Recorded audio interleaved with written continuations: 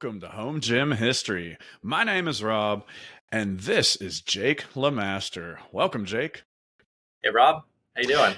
I'm doing great. So I've been looking forward to having Jake onto Home Gym History because I'm the proud owner of two pair of LeMaster deep dish barbell plates, and I've really grown to enjoy them. I use them all the time. They're kind of like my go-to modern plates, if you will, that are in my vintage gym. And they, to anyone who knows strength history, they're an homage to Zuver's Hall of Fame gym, and it just made for a great kind of coming together of things to bring you on the show and talk to you about both your business and your plates, as well as the history of Zuver's gym. Yeah, So to kick things off, I told a little bit there, but can you kind of tell listeners a little bit about yourself, a little bit about LeMaster Barbell? I've been kind of surrounded by fitness since I was born. My dad was he since I was born. He had his own home gym, one that he built most of the equipment himself. He's a good welder, and he was working before he had me. At first, he was just working as an independent contractor around Orange County. He was just building equipment for gyms and for some equipment manufacturers around there. And and at the same time, I mean, he had another business as well. So that was kind of like what he was doing on the side just to support the family. I was the second kid in the family, and so yeah, he had done a lot of equipment for Block's Gym in Orange, and what was the other one? Precision Gym Equipment was pretty Okay. big at the time, selling in Orange, and and then so at the same time, and they just gotten their first house, and so even at that point, that was like the first thing he wanted to do was get his own gym. That way, he's just in the house more. He can, because I mean, he's just like us, needed to get his workouts in every day, and just making his way to the gym with two small children and working a full-time job just wasn't practical. So Yeah, home gym life is, yeah, in my so opinion, the yeah, best life the for a usual. father, a husband, yeah, for a wife, for a mother. Absolutely. Yeah, and so actually, so that was kind of he was juggling. His other business was a concrete business. Very good at that. He had been doing that since he was a teenager, Oh, wow. and so that was just so that was. I mean, that was he was waking up, at 3 a.m. and doing that, and then he's getting home and doing with the gym stuff, and but he was building a lot of equipment at one time, and he eventually started his own company, thinking that was going to be what he's going to do. Hmm. He's really into it. Um, and then he just got a few really big jobs in the concrete industry, and then kind of just like that, he just stopped doing. He had no time to build anymore, It and like it pulled him just kind back of in. Yeah. yeah, it just faded away. So and so Gotcha. that was that. And like I said, so with me, when I was just raised around all the gym equipment in the house, and just like we were talking right before we started recording, our Hmm. kids like to just run in our gym Yeah. constantly, All the and so time.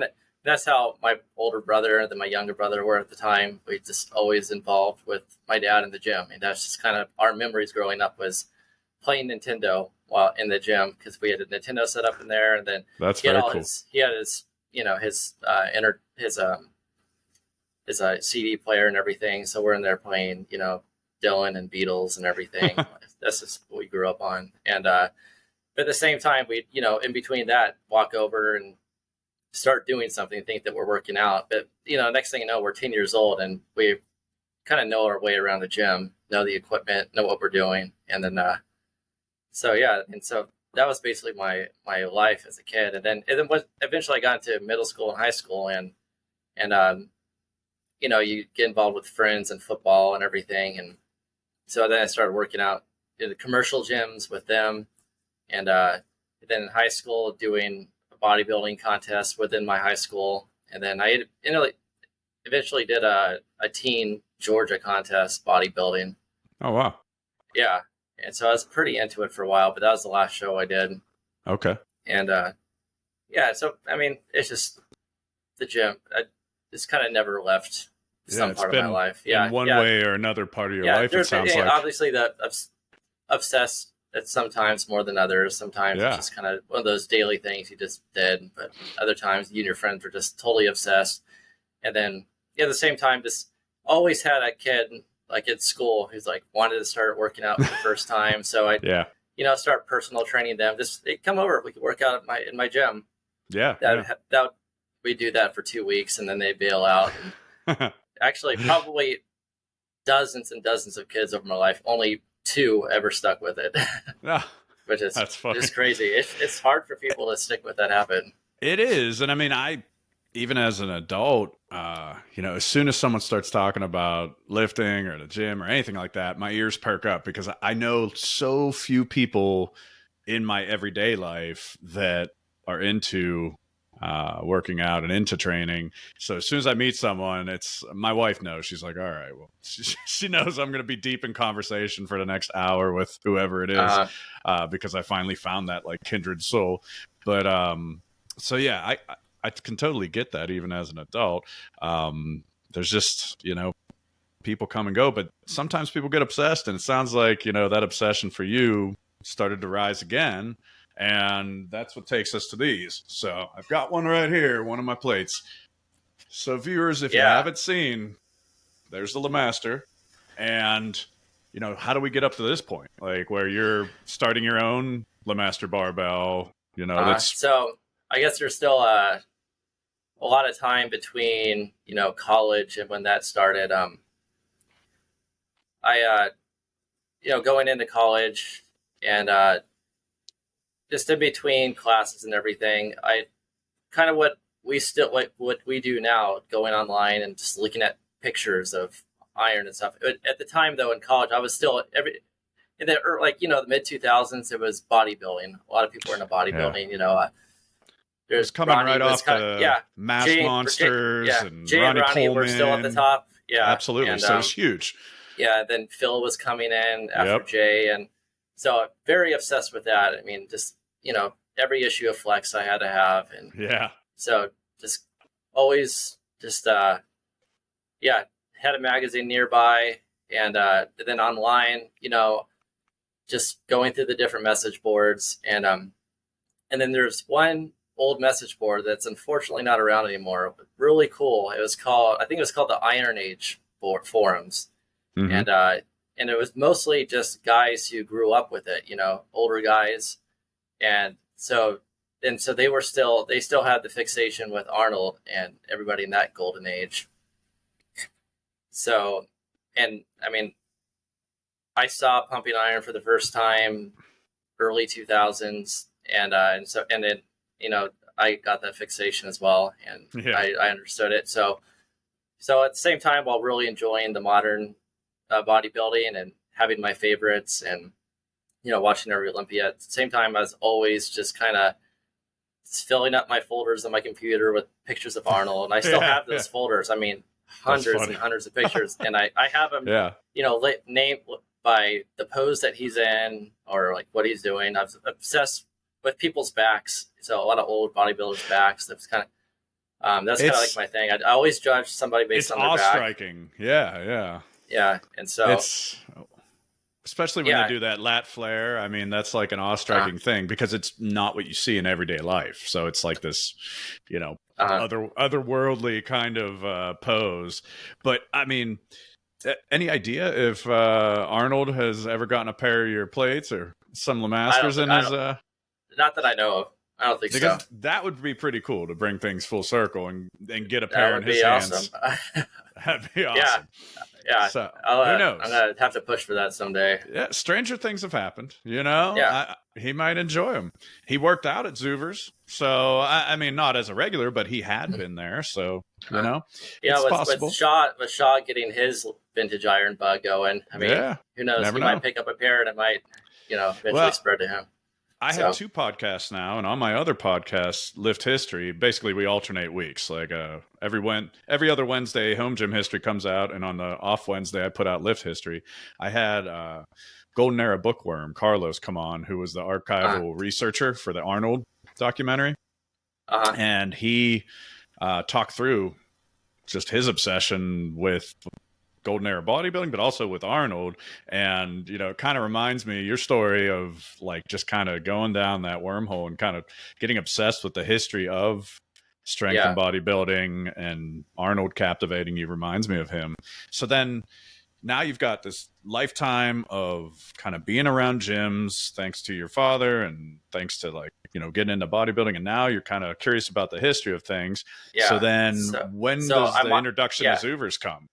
So I'm on those Iron Age forums, and Okay. then I see, you know, the picture, the, you know, Ah, you see the weights with the yeah, spread eagle man. I'm like, and yeah, you know, and just like that, when most people see it for the first time, they're like, whoa, that is yeah. What awesome. is this? Yeah. Yeah. I remember when I saw And then them you for the look in the first time. background and you see the rest of the gym. You're like, holy crap, what Yeah. is this place? And so, and Well, and real then you quick, start, could yeah, you describe it for listeners? If there's any listeners that don't know of Zuver's Hall of Fame gym, it was in Costa Mesa, California, and it's taken on kind of like this air of legendary status. So how would you describe it, Jake, from what you know about it? I mean, probably the way that Bob, you know, envisioned it, and the Disneyland of gyms. There you go. Yeah. Yeah, he had an So obsession with Disneyland. I've read his son Bob Zuver Jr. has written about his father, like, you know, purposely like going to Disneyland like yeah, at times once a week just to walk around and try to get inspired for the gym. yeah. So I know it was they had moved from, I think it was Virginia. It was Ohio or Virginia. I know It he was won. Virginia, I know he yeah. yeah. So I know he won that Norfolk, Virginia contest in, I think, Uh-huh. 58 or 58. And then after that moved his family to Southern California. Yeah. And they moved to a house and actually started working out in one house right across the street from the famous gym. What And would so become. Yeah. so they had their first kind of weight sets there lifting, and then pretty quickly and that was just this, they were working out in their small garage. Mhm. And then right away, he's like, he kind of knew what he wanted to do. I don't think he had the Disneyland Yeah. vision yet, but he knew he wanted to build a gym and train. So they Mhm. bought the place across the street, built a big old structure, and started filling it with equipment. And then when Disneyland opened, and he, you know, everybody in Southern California at the time had to go. And so probably pretty soon after that, he's like, he knew what he was going to do. And everything kind of clicked in him. And he just started, you know, he built that up. And so it turned in by probably around 64. He had, you know, the plates that we love now, with the man on them, filled up in the gym.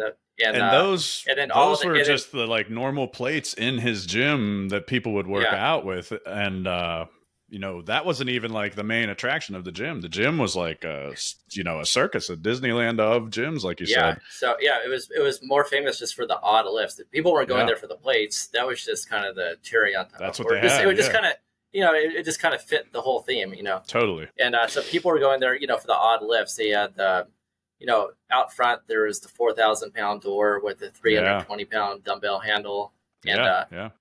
and then the paved on the way in on the sidewalk were plates, you know, in the concrete in the ground, and then you go in and it's just, you know, it looks like a circus in there, and It's if you look at pictures of it, yeah, there's some like truly amazing kind of things. And to make a parallel with your father, Bob Zuver, you know, he learned to weld and he made these things. It's not like he yeah, went out and bought a bunch of wacky stuff for his gym. He made these things and he taught yeah. his two sons how to weld. Yeah, in the So beginning, other than the barbells and the true. plates, which were Yeah. he basically put everything together, the benches, Yeah. the dumbbells. It's not like he bought sets of dumbbells. He, you know, he made his own dumbbells up to 300 pounds, Yeah. which is crazy. And Yeah. and I think, and from what it seems, he was the first to have done the fixed easy bars. The cambered bars and easy Yeah. bars. Yeah. Yeah. And so he had those up to 300 pounds, and you know, the dip rack that was what, 10, 20 feet long with the It, trolley underneath. Yeah. yeah, it looks like it's basically. I'll try to throw a picture in when this is edited for viewers of this, but the purpose, if I recall right, was so that multiple people could do dips at once. Yeah. So it looked almost like in the Olympics, you know, the parallel bars that are really Yep. long. It looked kind of like that, only even longer. Yeah. And most likely it's probably why he did that. It Maybe. probably he's like saw, gymnasts at the time. The Olympics were very Yeah, big at the time too, and he's like, yeah, that'd be sure. cool. And There's yeah, so, the water fountain was a actual fire hydrant yeah, and a fire hose. everything was called the big, the big Yeah, water fountain. exactly. And But actually, I found one of my favorites. I was looking through like different sources of Zuvers, just kind of getting up to date on my history, doing some research for this episode. it's tough. The information's scattered. There's not like one good source for it. You have I would basically agree. recollections from a bunch of different people, and Yeah. it's kind of unfortunate that there's not like one. Especially with Robert still around with his wits about him. It'd be That's really why cool just to have we're recording really this cool, episode, man. yeah. That's why we're doing But this. No, I'm just kidding. Yeah, This really won't be cool, the be all end all. a really But I cool start agree. to finish documentary or write up Would be or book amazing. or something would just be so cool. Full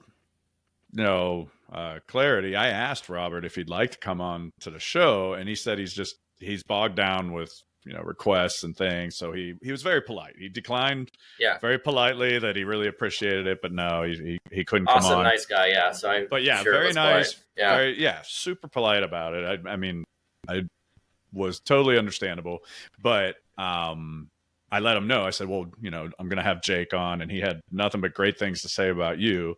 And you're right, though. It is scattered in terms of finding, like, if you just search, if you just do a loose Google of history of Zuvers, you start getting all kinds of wacky pages I never heard of before.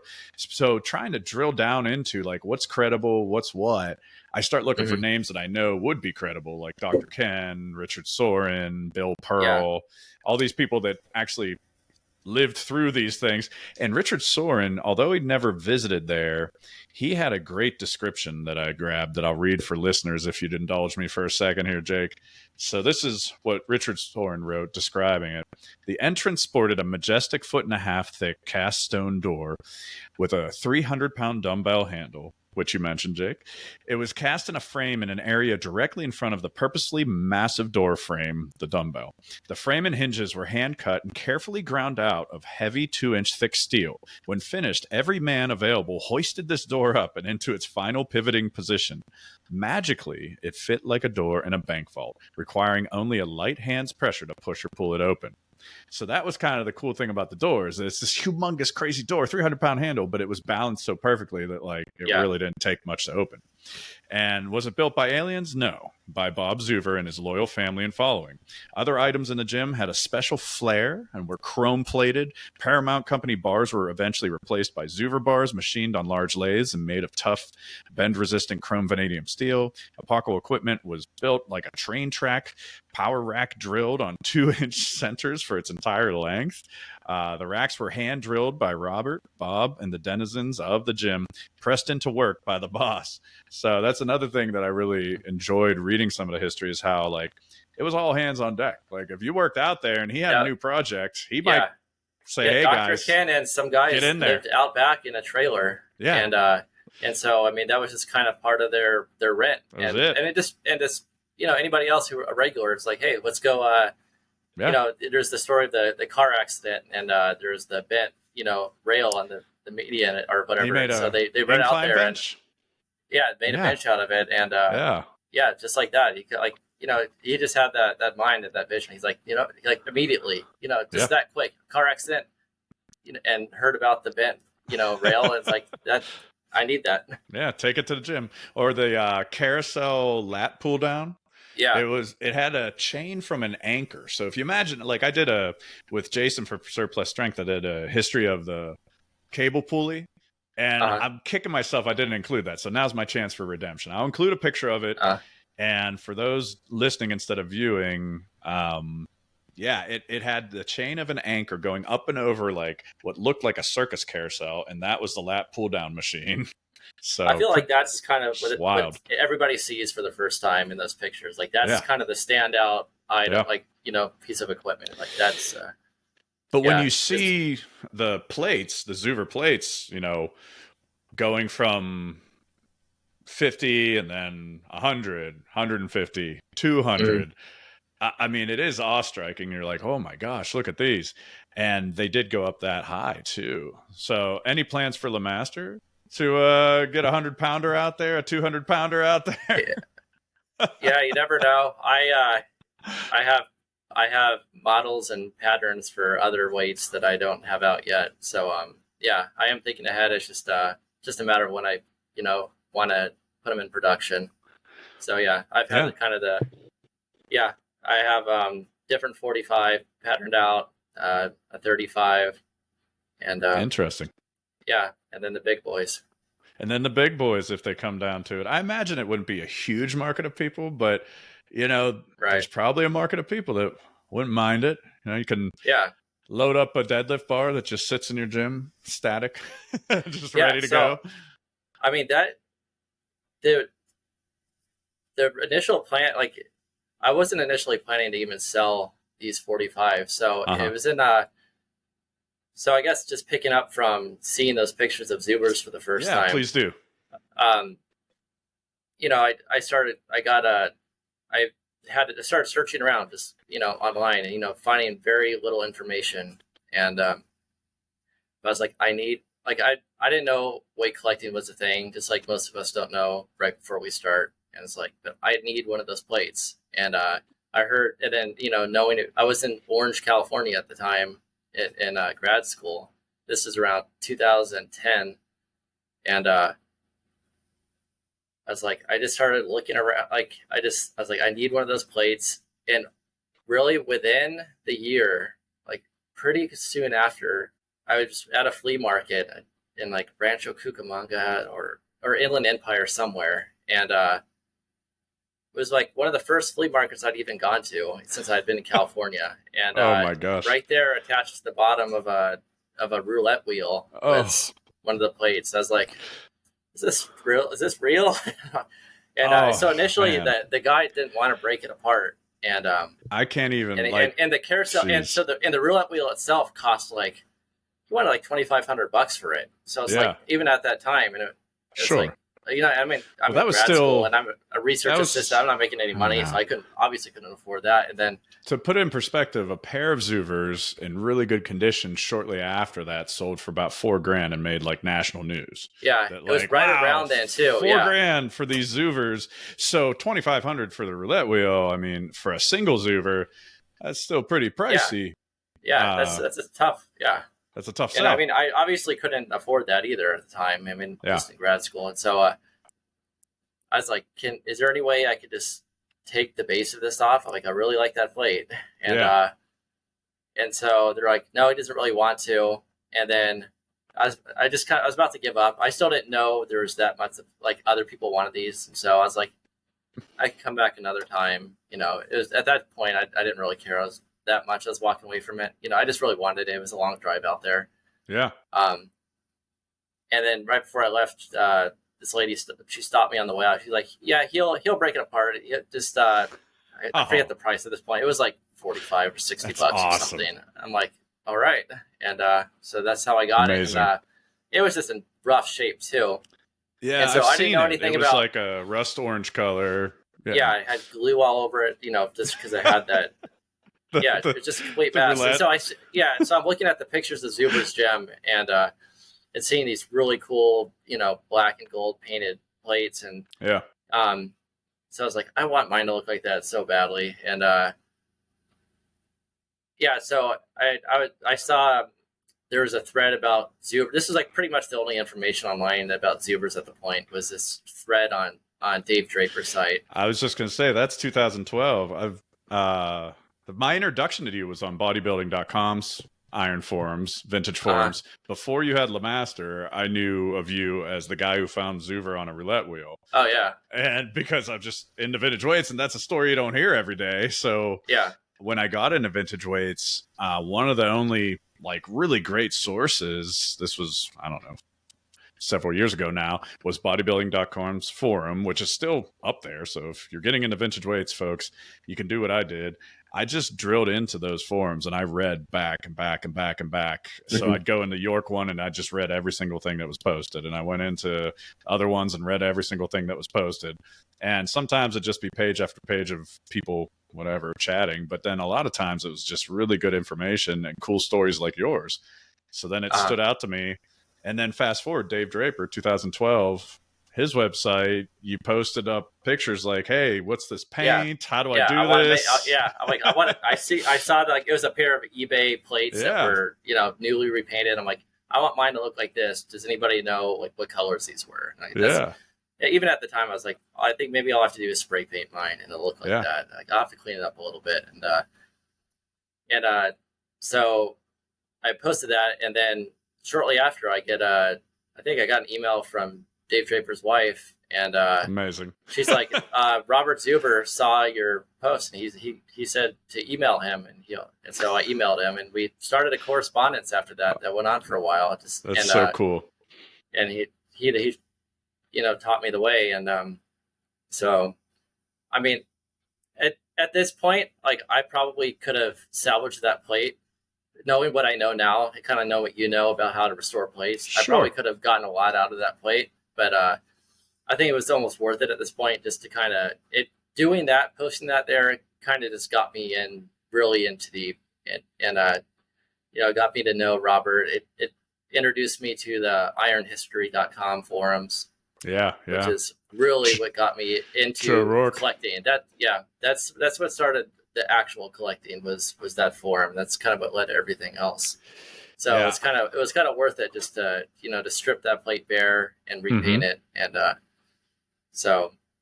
Well, it's a good story now. It's opened up all kinds of doors for you, and it's I mean, it's still just incredible. I can't believe it. Like, on a roulette wheel. Oh my goodness.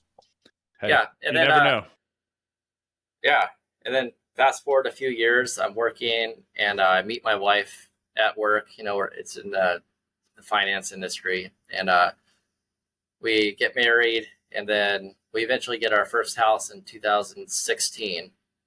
And she got the rest of the house just like it is for a lot of people, and I got the garage. Like, I want to put in a gym. Like, I was sick of working until 5:30, 6 o'clock, having to go to 24-hour fitness, and getting home at 7:30 or whatever, and then eating dinner, and then bedtime. And it's like, and then it's like, when we get our house, I want a gym so I can have some life back and everything. And so started building the gym. So just little things here and there, like a little York preacher bench, and Nautilus pullover, and hey, that's probably the most sought after Nautilus machine, the pullover. Yeah, I mean, it's just the one that I have now. It's a super pullover from the 80s, and I love the machine pullover, Nautilus pullovers. For actually, when I was living in Georgia and I was still working out at my home gym, like my dad's gym, for one of my birthdays, we found a Nautilus women's pullover. Oh, okay. And that was like my present that year. Got it for like $300 from this guy. That's awesome. And we're lifting that with my three of my brothers who were, they're at their peak at the time too.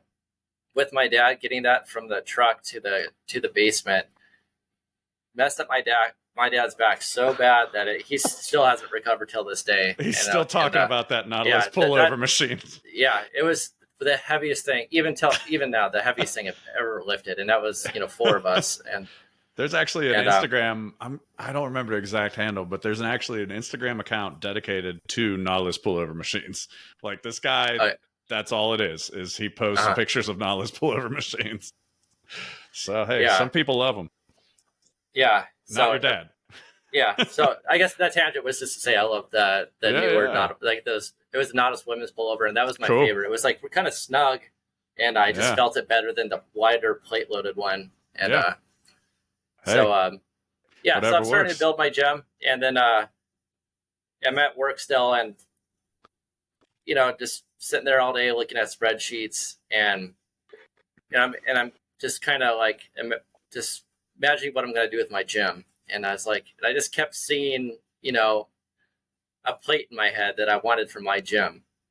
I was like, I really want to make my own plates and have them, a whole set of them in my gym. And that's what I want to get rid of everything else, just have like my dream plate.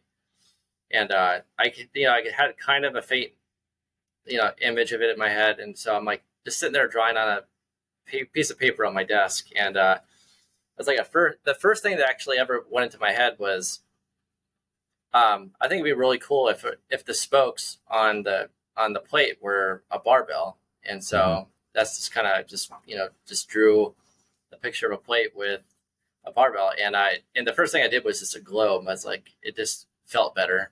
And, and just the way it was positioned, I'm like, you know what? It would be even cooler if somebody was deadlifting that barbell. And, and then immediately it kind of all just fell into place. And then probably within that hour of that day, I still have the picture too. Just have just a little doodle of a guy, and it looks very similar to what it looks like now. And but from that point, it was I kind of got serious about it, and I was like, I want to make this plate. I was like, I need to figure out what to do, and it was years long process of going through that. First thing I did was just I just started Googling iron, and then and then quickly got in touch with foundries. They're like, do you have this and that and that for this? I'm like, I don't know what you're talking about, but well, that's what I was going to ask was, so you had a knowledge of the gym space and from working out, and a knowledge of training from bodybuilding and things like that. And I would suppose from your father's experiences when you were younger, knowledge. So he's the first person. Yeah. So yeah. But did you have any knowledge of the casting process or anything like that coming into this, or was this all just baptism by fire? You're going in 2016 when I first drew that, I had zero idea of the whole process. Wow, that's incredible. Yeah. Okay. So then you start just reaching out, Googling, finding numbers of people, and just learning on the way. Yeah, just learning on the way, and at the same time, and then the first thing I realized was I need a pattern for this, and I need to figure out how to do it. And I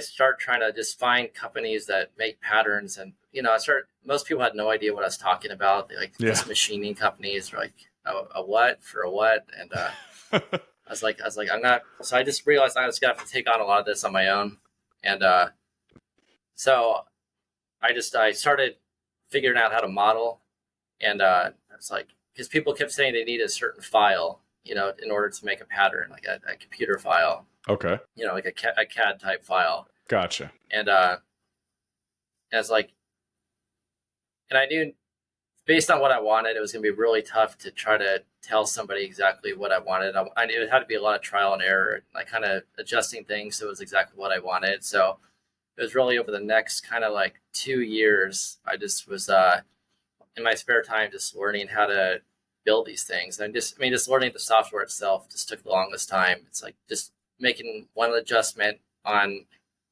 a model of something just took a lot of time to figure out which commands and which tools to use in the software, and then I started even rethinking things along the way. I was the first finished model that I had, I was like, I want to go with this. At this point, it's like 2018, maybe a little earlier. I was like, this is it. It's done. Like, I'm so fine with this. Looking back at it now, it's hilarious how just terrible it is. If I actually made that plate, it would just, everyone would have. I wasn't planning to sell it, but if somebody walked in my gym and saw it, they're like, that is the stupidest thing I've ever seen. So, yeah. What took it from that point to the finished model? Did you just keep tinkering with it, even though I just kept tinkering with it? Yeah. Okay. And so I just kept tinkering with it, and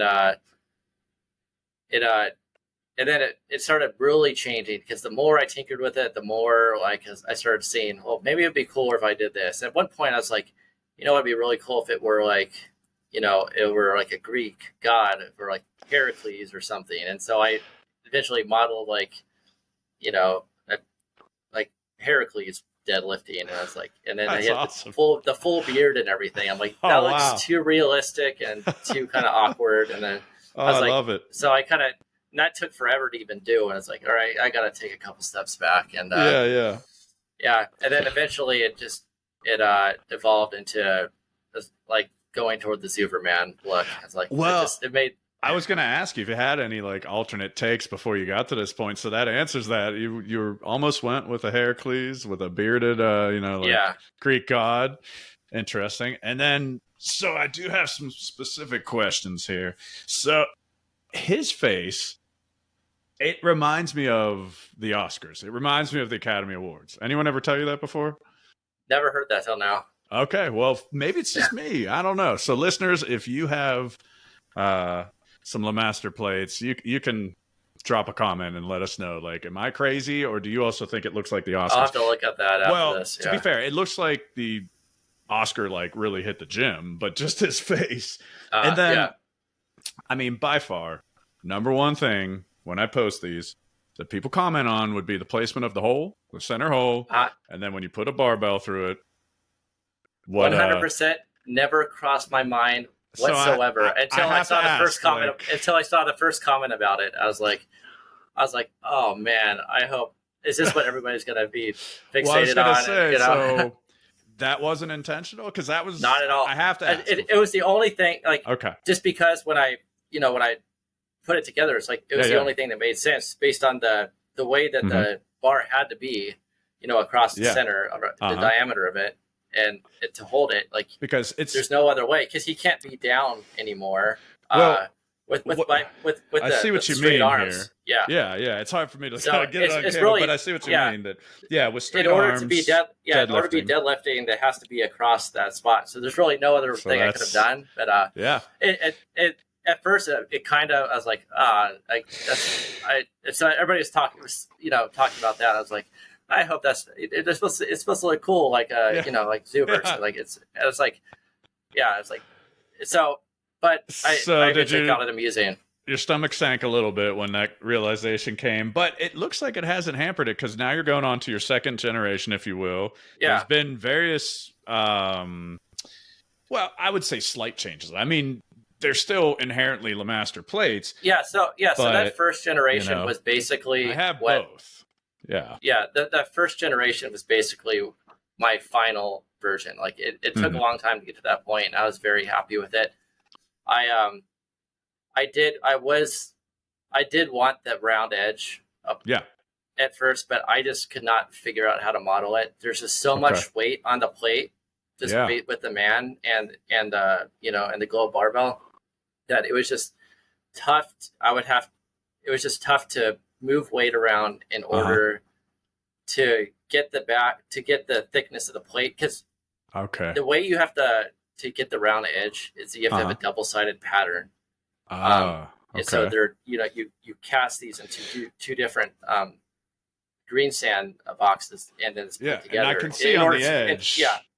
So that's where it's put together. And so if you ever look at your standard plates, you'll see kind of the seam. Anything that has a double-sided pattern has a seam. And you can just see like your globe different points where it's too. been machined.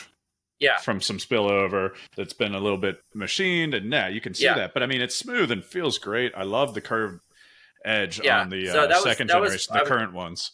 Yeah, so that's initially what I wanted, but it was one thing I just kind of had to sacrifice, because I could not figure out for the life of me how to do it. And so after I did cast the first run, those first plates, I kind of quickly I started messing with it again, and I just think with time and experience, I got better at modeling, and I figured out how to move things just enough to get enough space to get that back of the pattern separate from the front, and to put together so I can have that curve. Now, so he's, in terms of weight displacement, the lifter's standing on kind of like a stage that has the lettering LeMaster, and then that causes, if this is sitting sideways on the barbell, it spins upright, which I think is cool. Was that on purpose, or was that a happy accident to have it so that it's weighted in that way to spin upright? That's another Zuver inspiration. Nice. That's Bob did his for that same reason. So the guy's always upright, and I was like, I want that too. I want him to always look like he's deadlifting. So Yeah. And I I just did think it it's that way. cool. Yeah. Almost every single time I load these up, I purposely put them sideways just so I can see it right Uh-huh. itself. It's Yeah. just, I don't know. It's just like one of those like kind of cool things about it is that like Yeah. you put it on kind of wonky and it'll right itself. And Yeah. And then, there's some iterations before that where it uh-huh. wasn't just right that I had cast, Okay.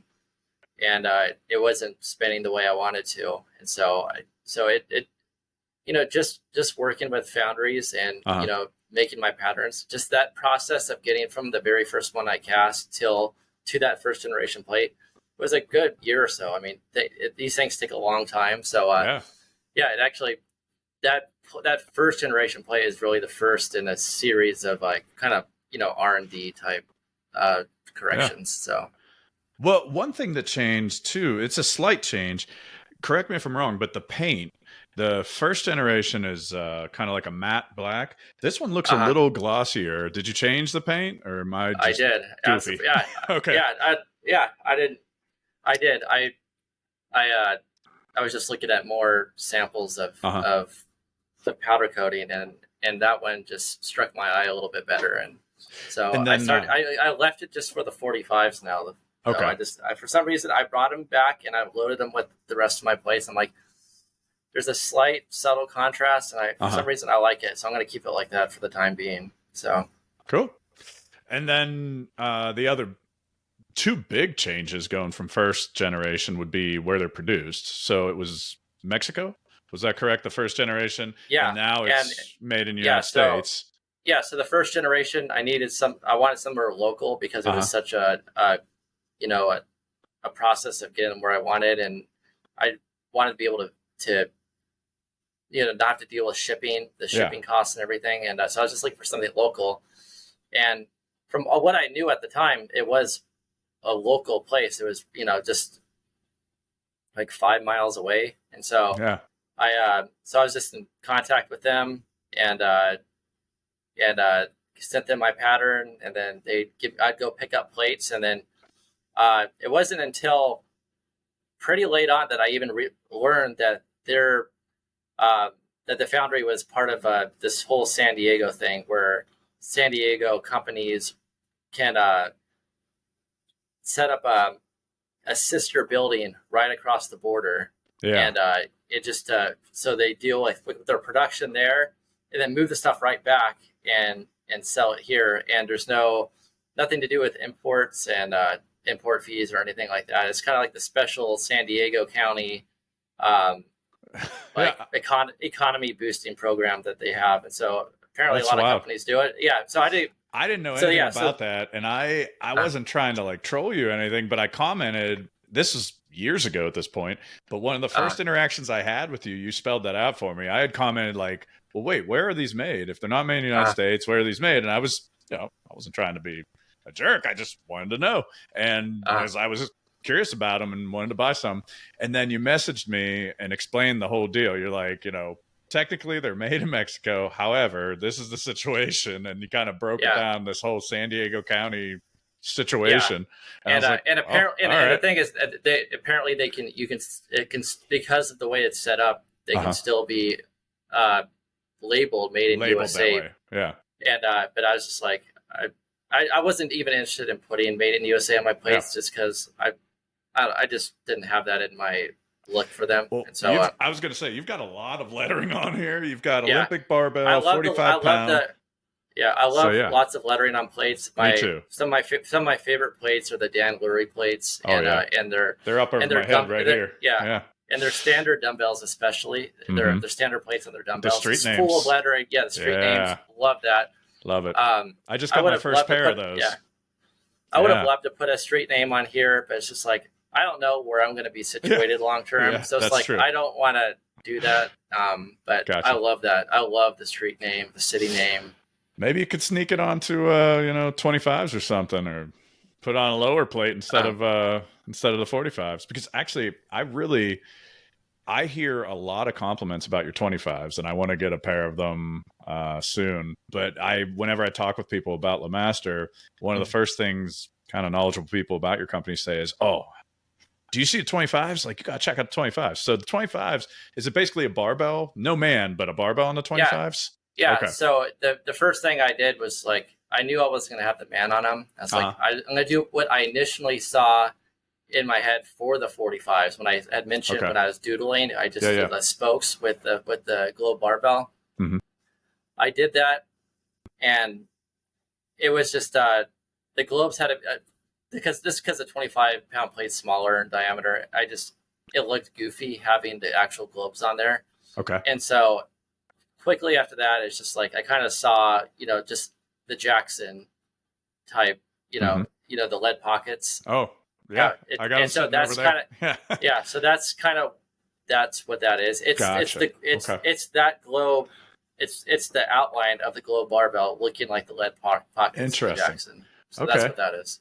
Gotcha. Yeah. Here. You talking about these? Yeah. Or different especially ones? Though the 45s and the 45s and the 35s that have the line through the middle of the these are the number 5 pockets. set, but Jackson had these lead pockets, and that's how he would basically calibrate. He'd film with lead to get the lead tolerance. On the Jackson plates, the 45-pound have the 2 lines going through it. Yeah. On the lead pockets, the 35s have the 1 line. Yep. And then the 25s have just the circumference. So very cool. So I just because I was doing the Milo duplex for the barbell, I just kept with it on the outline as well. So I have that line down the middle. I've seen some vintage collectors come at you, Jake. Like I'm impressed with your knowledge, your strength history knowledge, but how much have you had to field criticism and or questions from like vintage weight collectors or strength history buffs, anything like that? Honestly, not much. Well, that's good. I only, all the negative stuff has ever been just in comments on other people's posts, but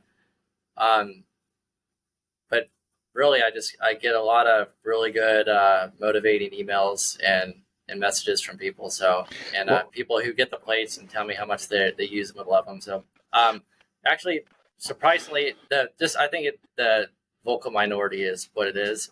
Maybe, I mean, but being what it is, they were just the plates I wanted. And so I'm actually cool. I'm totally cool with people, finding hilarity in the positioning, finding problems with anything else. It just, but some people lean into the hilarious side of it. I don't really see it that way. And I've had a pretty lengthy discussion with like a good kind of vintage weights friend of mine about it, who was debating like Zuver's versus yours and saying, well, Zuver's, it's kind of like the Alien movie when the alien comes out of a guy's chest. That's where it's coming out. Whereas like the LeMasters, it's right in the crotchal region.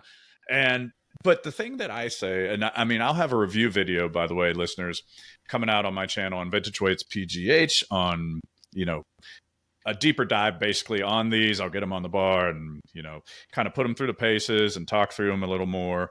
But to summarize, what I tell people is until you hold one in your hands, it's really, you can't really appreciate, like no matter what angle I put it at, you can't appreciate really until you have one in person and look at a LeMaster plate and see like, oh my gosh, it's really one of a kind right now.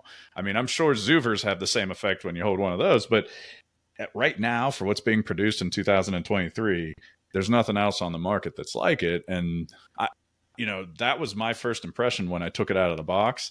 And your boxes are great because you have the picture on the box of the plate.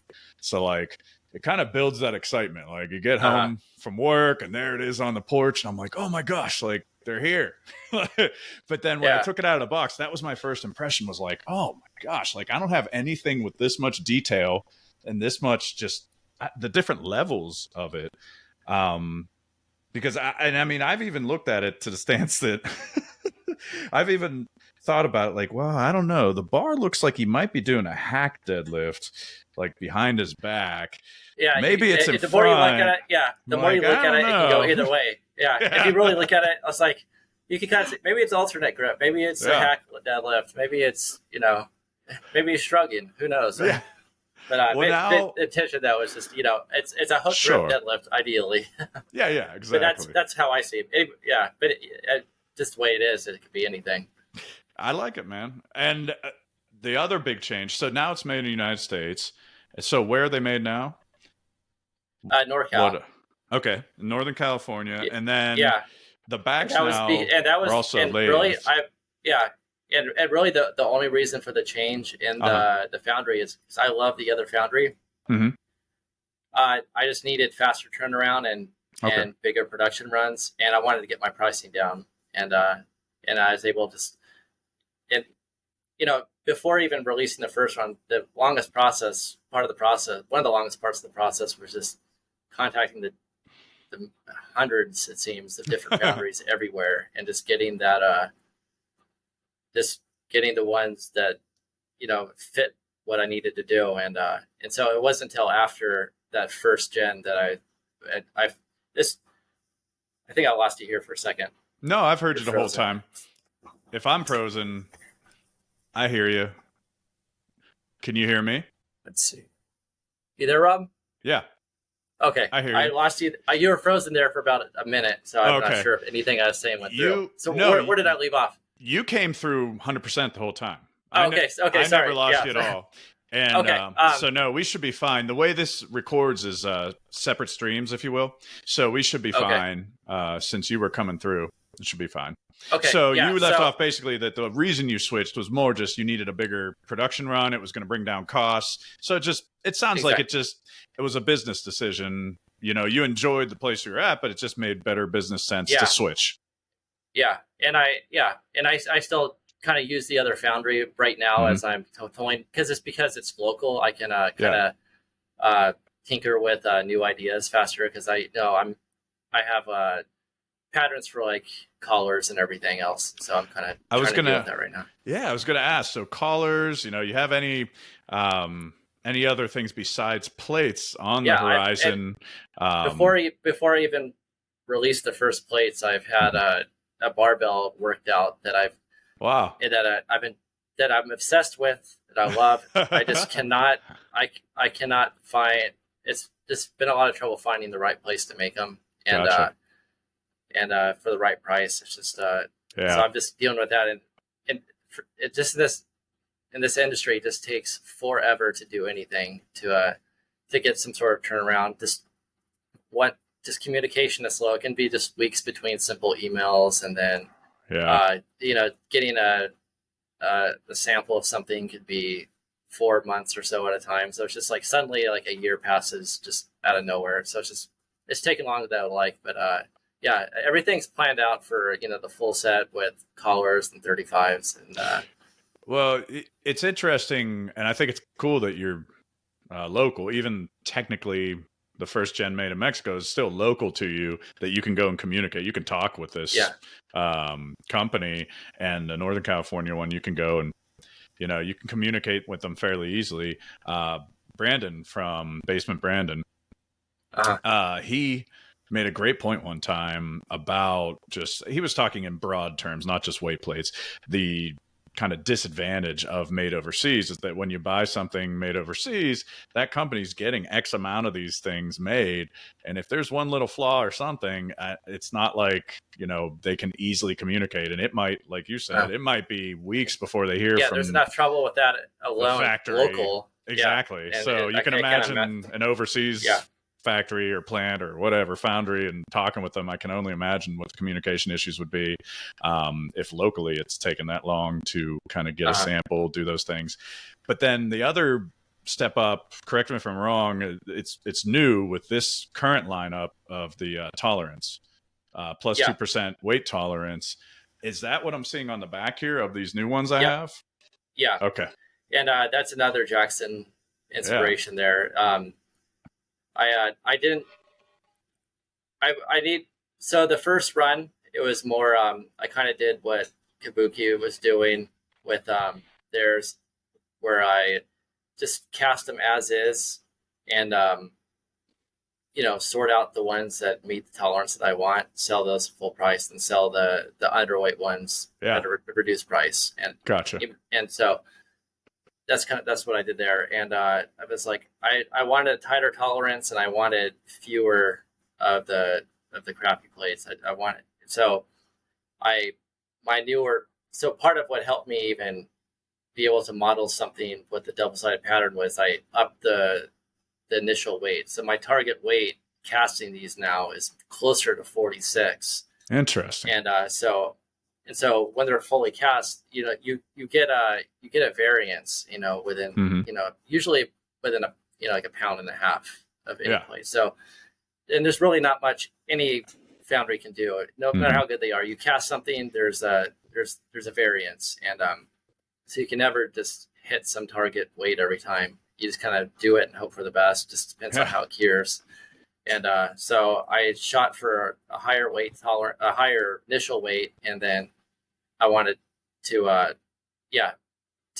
machine the back, and I didn't want to do the full machine back and kind of like Rogue and what York used to do, because it changes the thickness of the plate. I wanted a consistent thickness on the barbell, and gotcha.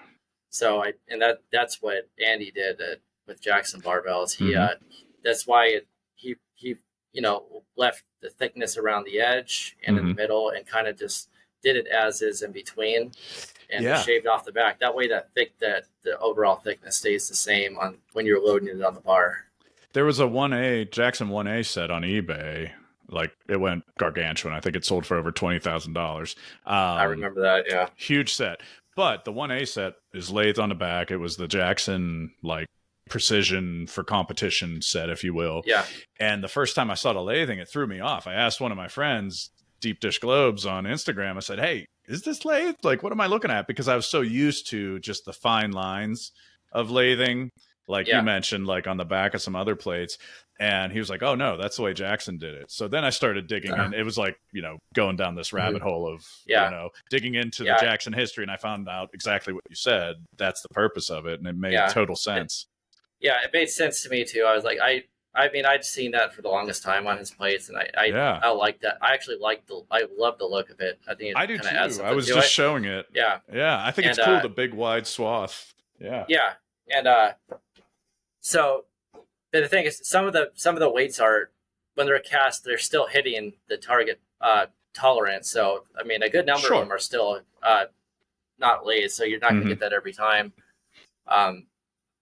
But I've actually personally never been a fan of the milling on the plates. I know a lot of people, which is fine, love the look of those, because I can see it. Yeah, but I just for some reason it doesn't do anything for me, and I didn't imagine having that on my plate, so it wasn't even an option for me, really. It was either going to be a full-on lathe, kind of like Rogue, or this, and there's really nothing else I was ever going to do.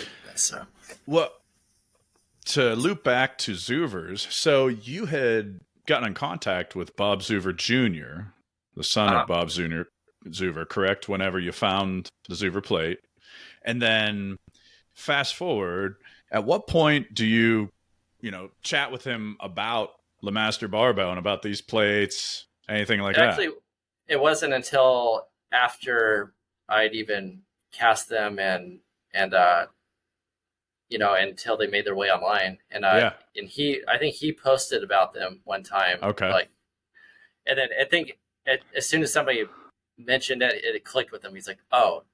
Like for some reason, I think he just, even though it's not a very common last name, he might have just taken it literally and just saying like the master or something, and just didn't think of it as Jake the Master.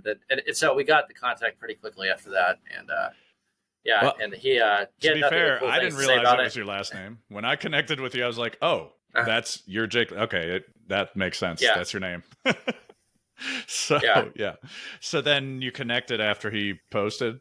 And what was that like? What did he have to say about him? What was the conversation like? We met up for dinner one day, and nice. Really just he was just out there awesome, and is very, very happy with them. And I think some people had asked him if he's like concerned that they looked like Zubers, and I think if anything, he just thought it was even better for makes Zubers even more appealing to some people. Like Yeah. it kind of puts if people didn't know about Zubers before, which it seems like they don't, because a lot of times they're like, are these sometimes they'll think these are Zuber's plates, if anything, just because they could have a faint idea of what Zubers are, or they'll think sometimes they'll have seen these like in Soren's museum. Mm-hmm.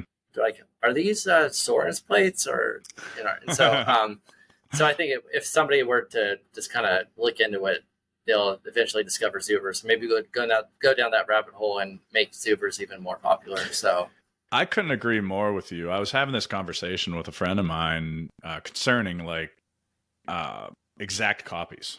Like, what if a company put out exact copies of vintage weights that aren't around anymore and that companies don't exist anymore? So there's no, copyright infringement or anything. What if they put out an exact copy of it or took an exact copy of it and made it their own? But I pivoted the conversation a bit to like the resurgence of deep dish in general, that now there's several companies putting out deep dish plates at this point.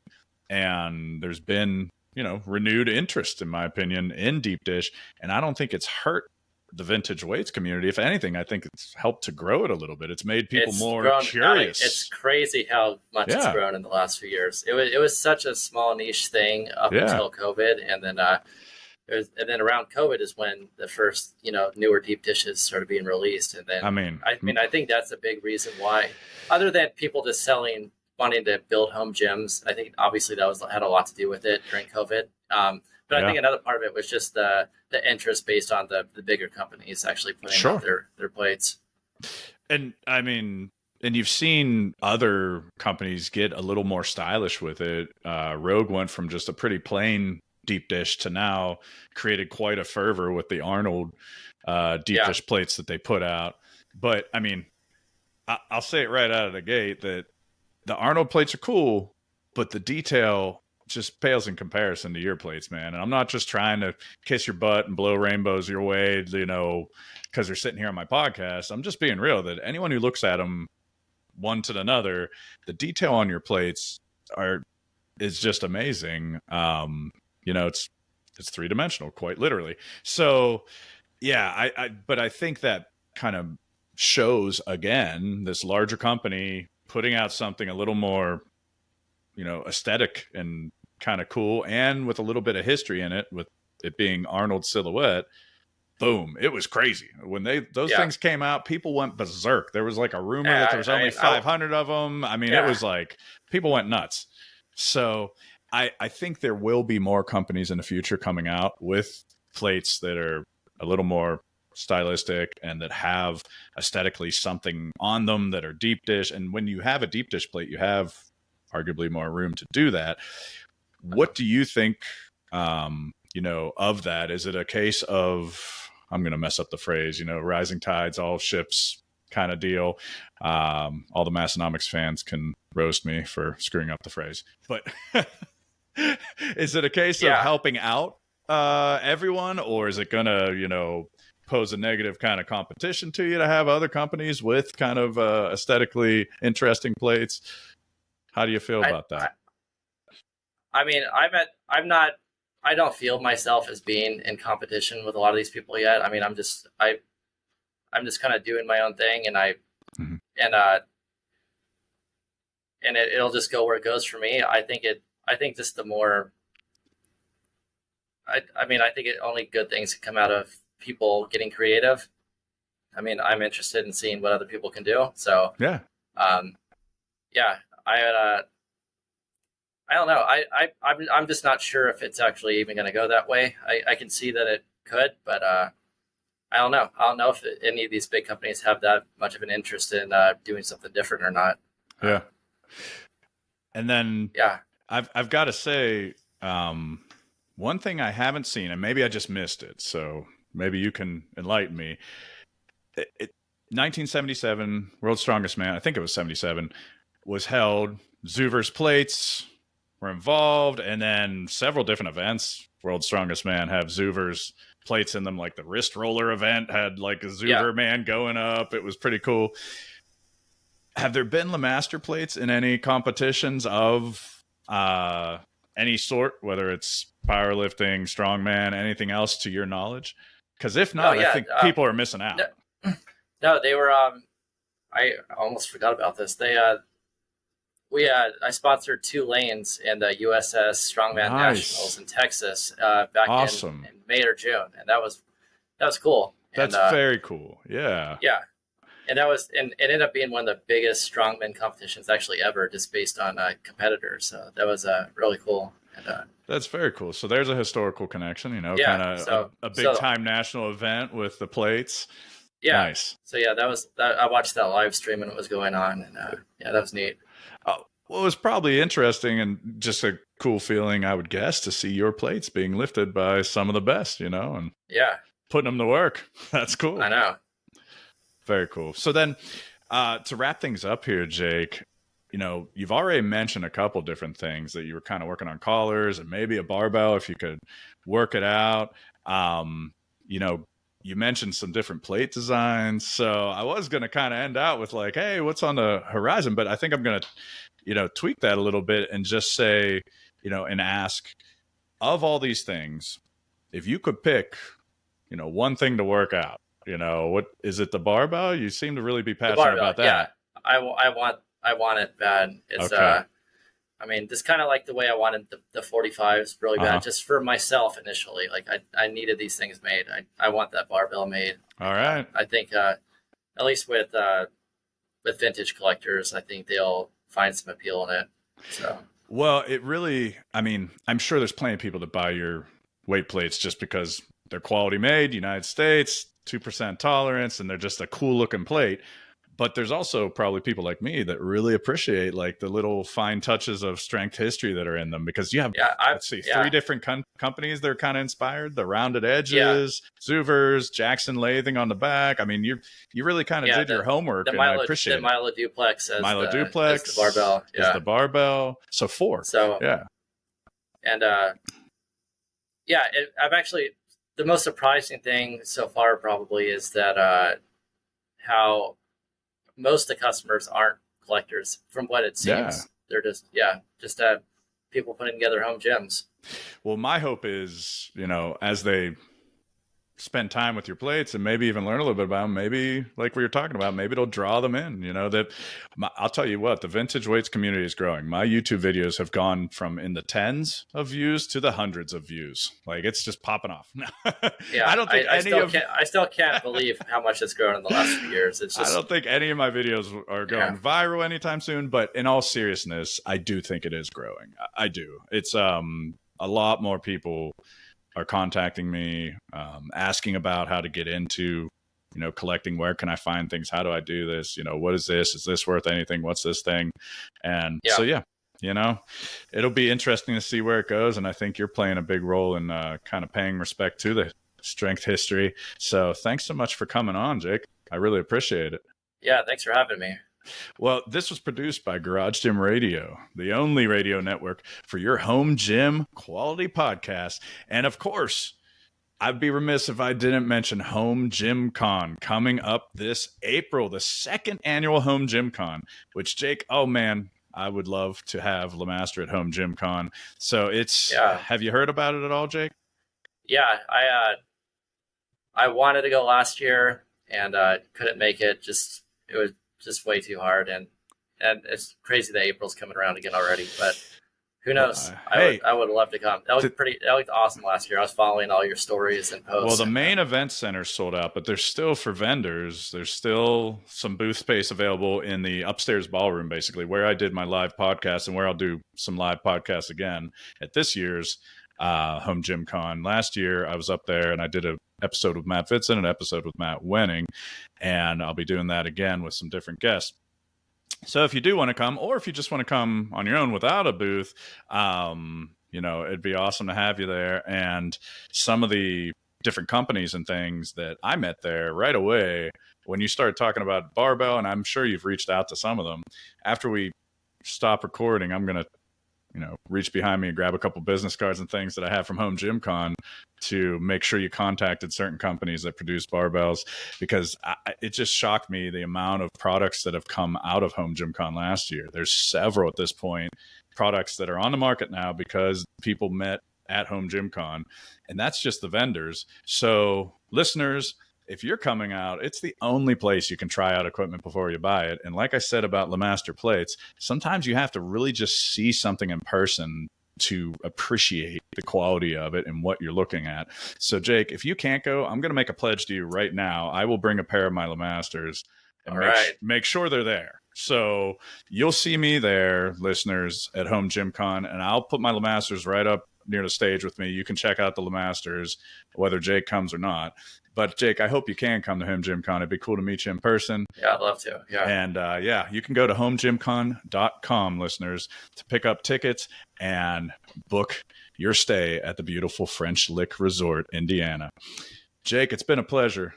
Thanks so much. A lot of fun, Rob. Thanks. All right. Take care.